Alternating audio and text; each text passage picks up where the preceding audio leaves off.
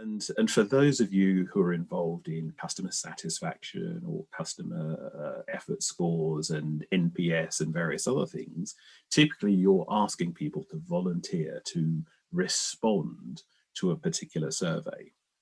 And one of the things that you do have here is a similar kind of bias that is a problem. And this is called volunteer bias. So volunteer bias is kind of important because the key thing that happens with volunteer bias is that from a person's perspective or from a personal perspective, people tend to be polarized in their responses. If something either very good happens to you or very bad happens to you, you're motivated. If something that you just kind of expect to happen just happens and it's just a normal day and do various other things, you have no incentive or motivation to respond. And the problem is that so the good responders and the bad responders, whether you're at the bottom of the chart or the top of the chart, have a tendency to skew the data that you're looking at and to skew the responses. So that middle bit, that sort of orange bit in the center, is super important because that starts to tell you the real views, the real insights about what people are seeing, what people are feeling. And this goes to many, many different places because that data gap from an analysis perspective is absolutely huge. Because given that really how people respond and what they respond with is based on emotion, it's important for us to understand, but also the bits that have no emotion or that people can't be bothered, or you're asking at a different time because the time of when a question is asked, if it's a post-call survey, if it happens immediately after the call, or if it happens 5 minutes after the call because you've actually sent them an email about that. The point is they've lost incentive at that point. The interaction that you have and that live interaction, so that chat, that voice, that piece that you have with that person is where the real data is held in terms of what they actually felt and what they actually thought. And it's not them telling you, this is actually looking at what they said, what they did, and how they behaved. So how do or can surveys avoid bias? Well, it's very difficult to do actually. But the point is, if you look at, you know, as we spoke about NPS and CSAT and CES, the point is that these things are effectively historical. And they're only historical by a few minutes, but they are historical nonetheless. And more importantly, they're also guided. So the questions you're asking, the responses you're getting are responses to your specific question. If there are outliers or there are other things that have happened, and you may have the free-form text or the ability to put some free-form text into a response or to verbalize that response. But typically, again, because there's no automation or no process for that, the issue happens that actually you get a response to what you've asked. So it's a self-fulfilling prophecy to a certain extent in that I think this is good or I think this is bad. But the time delay is crucial because that time delay does make a huge difference to what sort of an answer you get. So in terms of where things are going, yes, surveys, you know, are great for known things, but what they're not good at, what they're really not good at, is unknown things, what we call the unknown unknowns. If there are things that you have no knowledge about in your questioning, you're not going to capture it because if you don't ask, you don't get. And those things may be pretty urgent issues. Those things may be absolutely critical to your business and may be costing you significant amounts of money in terms of servicing something that you don't know about. If we look at the other side of the coin from an agent perspective, in terms of quality, that too is super important because not only are you asking how did you get on, did you get everything you wanted, etc., but you also need to know from an agent quality perspective that those things have been serviced in a particular way. So for us, that whole point is that, you know, yes, there are missed insights. Those missed insights means there are missed opportunities, and those missed opportunities mean there are missed outcomes.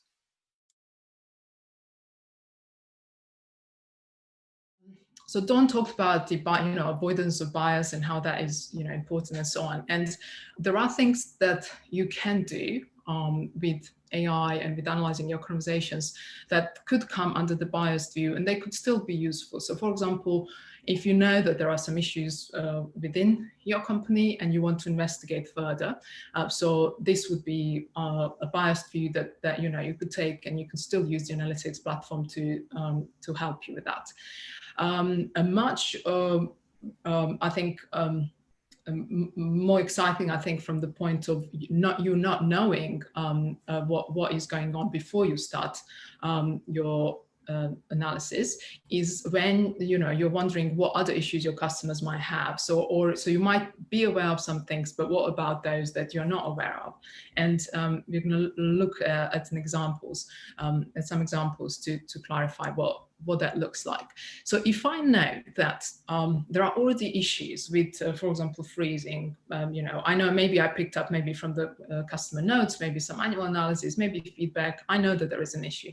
So what I can do, the simplest thing I can do, is I could just do keyword search over speech to text. And even this could give me like an initial view of, how many people are talking about this. Secondly, and this is what I'm going to show you in the video, is in addition to that keyword search, you can then contextualize this. So what is this freezing about? What is it related to? And then further on, you could contextualize how big is that issue relative to everything else. So if I now quickly play the video, and I'm typing in freezing first, so that's my keyword. I'm looking into transcription. I could identify calls that mention freezing. I could go to the sunburst, so this is the circle that we call sunburst, and contextualize this, that this is with up. So my app is freezing, and I could see that there is negative sentiment associated to it. Now, if I go back and just one level up and see what other topics are people discussing. So there's funds and payments. Obviously, a lot of people discussing funds and payments, app, update details, but app stands out as a lot of negative conversations, not a lot of negative sentiment. So I could actually now select negative sentiment, and I could drill into just the reasons, like more detailed reasons, or like what is going on with the app and the freezing. And this is like just one snapshot, one thing you could do, for things that already exist as a problem. So the advantages of this approach is that it's a very quick investigation into known issues. So if you already know that there's something happening, you could, like, within a few seconds quantify it. Also, you can confirm some of the mandatory quality assurance elements of the call process. And all we've done is we've combined keyword search with a little bit of topic classification, and we quantify this. On the downside, to do topic classification, so to classify, why are people calling on a high level, what you need to do is you need to collect a lot of data. So in AI, we talk a lot, and you probably have heard terms such as supervised and unsupervised learning. And supervised means literally you need to provide a lot of training examples. And depending on how granular you want to go, this could be 10 or 100 or even thousands of examples to say, well, this conversation is about an app and this is about payments.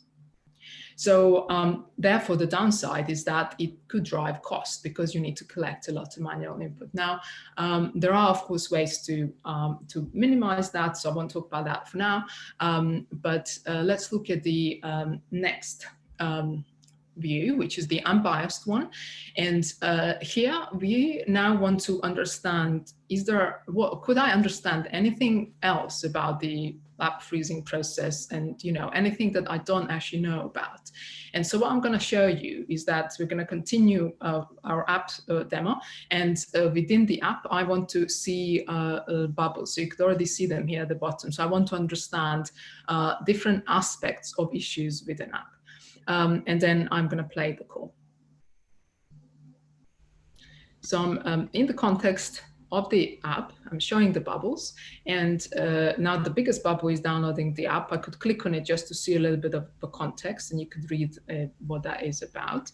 My second bubble talks about Huawei phone. Now that could be interesting. So I could now click to see what about Huawei. Hi there, I'm trying to download the app onto my phone, but it keeps on freezing. It comes up with like a black screen, and then the app just shuts itself down. Okay, so the app, you've got it on the phone, you can see the icon. Yeah, I can click on it and then it just goes to a black screen and then it just shuts itself down completely. Right, and what phone are you using? A Huawei phone? Okay. Yeah, the app unfortunately is designed to be compatible with Huawei phones, but we are finding that it currently only works with iOS and Android. Like some people are having.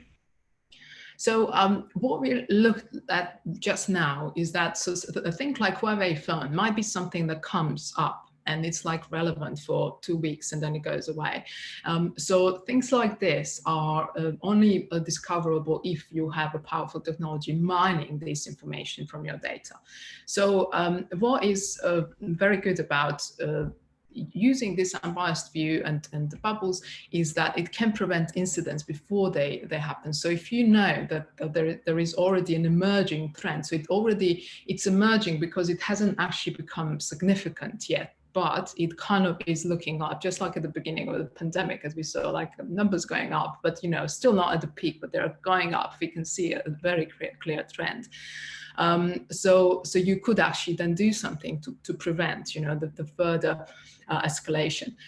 What's really nice is that depending on the algorithms you use and the approach you use and so on, you probably don't need any manual input. You might need or want to provide some manual input, but with unsupervised approaches, typically you don't actually need to do any of that. Now, on the negative side, you could, or maybe not negative, on the downside, because you don't need manual input, that means the machine needs to be quite powerful, so your computation resources might be a bit more costly. But technologically speaking, it's very important to have the right technology to derive the unknown unknowns, and not all platforms on the market can do this, because it is very challenging and quite expensive operation to do as well if you don't do it the right way. So another thing is, once you are getting all these really amazing insights, you don't really want the platform to sit in the corner and no one reacting to that. So you need an active process in your organizations where you need someone interpreting the output and then reacting to those issues to drive the operational action, because that is the only way you will actually gain the real benefit.